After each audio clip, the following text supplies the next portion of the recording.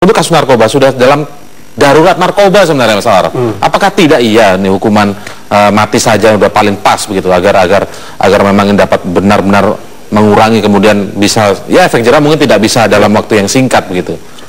Prinsip tujuan pemidanaan dalam era kekinian kan kemudian tidak lagi menjadikan pembalasan sebagai tujuan pemidanaan, bukan lagi retributif.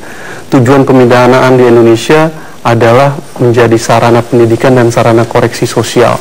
Makanya kemudian kita memiliki lembaga pemasyarakatan. Supaya apa? Mereka yang melakukan kejahatan dididik, dikoreksi, supaya kemudian mereka bisa kembali. Kalau mereka terlalu berbahaya kejahatannya, mereka bisa seumur hidup, gitu kan.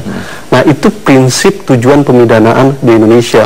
Yang di Mahkamah Konstitusi juga menjelaskan bahwa tujuan pemidanaan kita adalah sebagai sarana edukasi. Nah, dalam konteks itu maka memang asumsinya menganggap kejahatan-kejahatan yang dilakukan oleh para terpidana harus dihukum. Tetapi kemudian tujuan pemidanaan itu harus diletakkan dalam sarana koreksi dan pendidikan. Indonesia sendiri sudah pernah ikut menandatangani deklarasi Universal HAM dan Konvensi Internasional tentang Hak Sipil gitu ya? Kalau dari catatan Anda sendiri sebenarnya dari negara-negara yang ada di dunia ini seberapa banyak sih atau sebagian besar, apakah sebagian kecil atau masih setengah-setengah sudah tidak menggunakan lagi? Tren perkembangan di dunia hari ini lebih banyak yang menghapuskan hukuman mati. Hampir kurang lebih 80 negara sudah menghapuskan hukuman mati, lebih gitu ya. Ada 30 negara yang mereka memiliki undang-undang tentang hukuman mati, tetapi tidak mereka praktekkan lagi karena mereka melakukan moratorium. Ada sekitar 60-an negara masih menerapkan hukuman mati, termasuk Indonesia. Jadi secara tren kecenderungan kekinian itu adalah menghapus hukuman mati dengan asumsi bahwa perkembangan ilmu hukum yang tadi saya bilang tujuan pemidanaan sudah berubah, bukan lagi pembalasan retributif, tetapi bagaimana sarana koreksi dan pendidikan itu. Saat itu Indonesia ikut menandatangani dalam konteks apa? Tidak lagi menggunakan hukuman mati atau apa sih sebenarnya yang ada dalam konvensi internasional tersebut? Ya, itu pengakuan atas hak sipil terhadap masyarakat yang sebenarnya membatasi secara tegas kan protokol opsional tentang konvensi hak sipilnya, hak sipil politiknya itu diperjelas. Nah, memang menurut saya dalam konstruksi sekarang ya kita harus melihat persoalan hukuman mati dalam aspek konstitusional. Meski tadi Pak Gayu sudah menyebutkan ada keputusan Mahkamah Konstitusi, ini yang masih debatable, Mas Indra. Dalam perspektif hak asasi manusia, sebenarnya saya menganggap hak untuk hidup yang diatur dalam pasal 28I itu sesuatu yang tidak bisa dikecualikan dalam kondisi apapun. Jadi kalau membaca runutan hak asasi manusia dalam konstitusi, ada pasal 28A sampai J. J itu pembatasan. 28A sampai 28I sebelum 28I berarti 28F itu mengatur tentang kebebasan informasi dan lain sebagainya, itu bisa dibatasi. Pasal 28I lalu muncullah kalimat bahwa untuk hak-hak ini tidak bisa dikecualikan dalam kondisi apapun. Yang lain di atasnya 28A sampai sebelum 28I itu bisa dikecualikan dengan pasal 28J. Nah, ini wilayah yang masih debatable di MK, meski tadi benar bahwa di Mahkamah Konstitusi sudah mungkin Pak Gayus bisa jawab ini. Saya pikir suara disuarakan ini adalah suara yang kontra. Ini ketemu jangan saya sebenarnya. Ini ketemu sama yang pro. Bahwa akan terjadi silang pendapat yang mungkin bagi publik bermanfaat. Nah, kembali saya harus mengatakan bahwa apa yang diputus oleh hakim itu adalah di tengah-tengah. Kita tidak mau tertarik dengan yang pro maupun yang kontra. Kita apa yang kita anggap adil untuk dijalankan. Jadi kalau kemudian ada keadilan telah dijalankan, ada protes dan ada yang pro, itu biasa. Itu memang masalah kita begitu. Sampai kapan pertanyaannya? Kalau bagi pandangan saya sesuai dengan teori saya baca, ya sampai masyarakat tidak cenderung untuk melakukan perbuatan yang perlu dihukum maksimal, baik narkotika maupun yang lainnya, perbuatan lainnya, extraordinary crime itu termasuk mudah orang membunuh, menjiksa, itu termasuk. Jadi bagi saya justru hakim-hakim Indonesia ini mendukung HAM sebenarnya, walaupun mendukung HAM justru karena HAM, walaupun mati jangan ini tentu kepada yang kontra yang kontra itu seperti ini modelnya. Tentu ada model lain bagi yang pro. Ini saya tidak heran ya. Ini biasa saja pro kontra seperti itu, tapi tolong jangan dengan bahasa-bahasa yang aneh-aneh seperti bahasa yang peradaban. Ini apa yang tidak beradab di tangan dengan beradab dendam itu udah lewat. Jadi hukuman seperti itu sudah nggak perlu lagi dibahas, nggak ada hukuman dengan dendam itu tidak ada. Tapi kalau bicara soal tren tadi, kira-kira menurut Pak Gayus sendiri, kita harusnya mengarah seperti yang ada lagi sedang tren memang di dunia, bahwa tidak lagi banyak menggunakan hukuman mati. Kalau orang sudah mulai dengan cara apapun, kalau tadi usulannya negara misalnya disalahkan ya, negara kurang bisa menangani, ya itu diperbaiki sehingga orang tidak lagi melakukan kejahatan yang diancam hukuman maksimal. Nah, seperti itu. Barulah hukumannya di moratorium. Kalau perbuatan di moratorium, baru undang-undang ikut di moratorium. Tapi kalau ini makin tinggi, tentu ini juga bertahan. Itu pendapat logis. Artinya yang logis seperti itu. Tidak diurus, tapi ini diturunkan. Yang terjadi sebaliknya. Jadi pembunuhan makin menjadi-jadi, orang mudah apa sih kalau kita bahas lingkungan mati dan di bawahnya seumur hidup. Kita tidak mengenal seumur hidup itu sepanjang hidup di penjara, tidak mengenal itu. Hukuman maksimal itu walaupun dia berbuat bermacam-macam tidak kumulatif seperti Amerika Serikat hukum yang common law menjadi 50 tahun, tidak ada itu. Justru tidak ada. Tidak ada. Jadi kalau di hukuman mati di bawah itu 20 apa dong maksimalnya dong kalau gitu, Mas? Bisa seumur hidup. Tidak pernah ada yang justru itu. Seumur hidup yang panjang hidup di situ. Tidak ada. Itu justru yang kita jadikan satu alternatif, kemudian agar KUHP itu dirubah. Nah, kalau terserah, kalau saya katakan tadi, kalau undang-undang dirubah dan itu sudah diajukan, tidak dirubah. Nggak tahu nanti ke depan. Kalau tadi pertimbangan banyak, saya 10 tahun di DPR, di 2 periode saya di sana, hampir 10 tahun ya karena saya terus ke MA. Jelas pembahasannya itu, perlukah ini sudah cukup lama sebenarnya. Cukup lama saya membahas. Nggak ketemunya kira-kira apa menurut Pak? Undang-undang betul tadi kalau KUHP dirubah, nah itu solusi, hakim ikut itu. Nah seperti itu. Tapi perjuanganlah.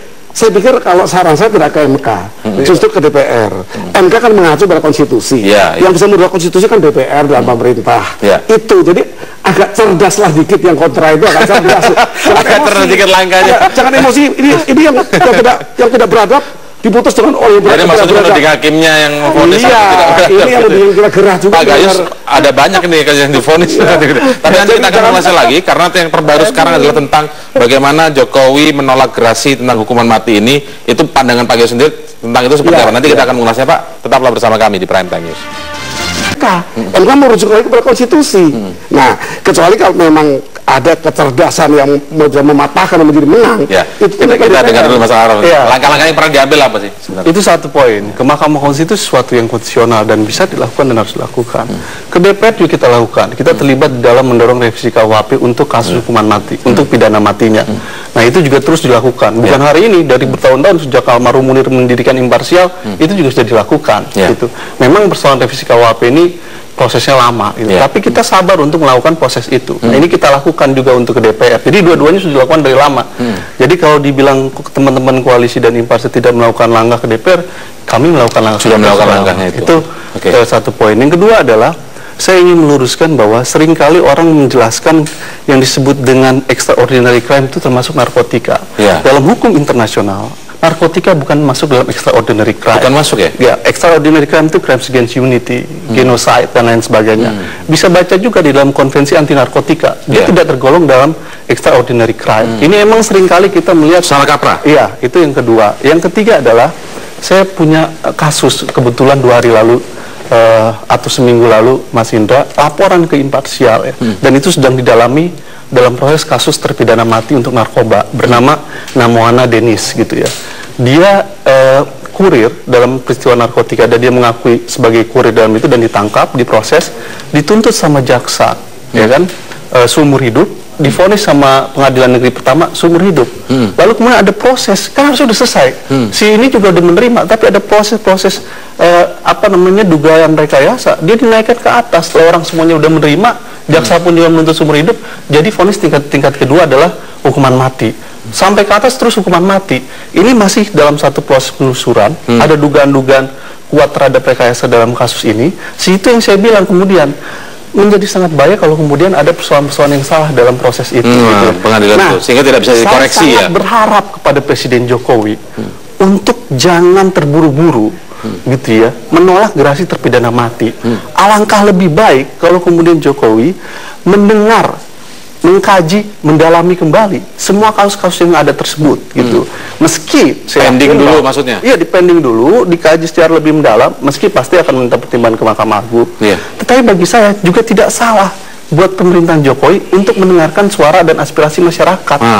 Supaya apa? Supaya kemudian menjadi berimbang antara pandangan yang masuk. Keputusan terakhir tetap ada dalam Presiden Jokowi, tetapi masukan itu saya rasa memang Mahkamah Agung punya kompetensi, tetapi dengan slogan kemenangan Jokowi dan kemenangan rakyat, menurut saya menjadi sangat penting bagi pemerintahan Jokowi untuk mendengarkan. Oke, ini konteksnya terkait dengan penolakan Jokowi terhadap gerasi yang di. Saya untuk berhati-hati. Itu sebenarnya wewenang dari seorang presiden. Ya, kalau rakyat tuh tentu pro kontra juga. Rakyat yang mana? Buktinya di demo-demo mendukung Jokowi terlalu banyak untuk tetap eksekusi, segera eksekusi. Jadi jangan menggunakan nama rakyat, jangan menggunakan kemenangan Jokowi. Mari kita bicara secara di wadah mana dia bicara. Ketika dia mengatakan kontrak, ya memang itu suara pengkontrak. Kalau kita bicara yang pro, ya berbeda lagi. Itu suara yang pro. Suara yang pro. Jadi kita tidak mendengarkan itu. Kalau menurutnya Pak Jokowi ini kalau sama Pak Jokowi berbuat tidak, itu kan beliau punya seorang presiden. Akalnya sependek orang yang kontra juga, dia punya akal yang panjang juga untuk menghitung. Hitungannya begini. Negara ini kan beliau kepala negara, saya presiden juga kepala negara. Kepala negara ini kan terdiri dari berbagai pandangan mengenai hukum yang digunakan. Kalau saya bicara mendukung, yang saya tidak gunakan, ini kepastian hukum.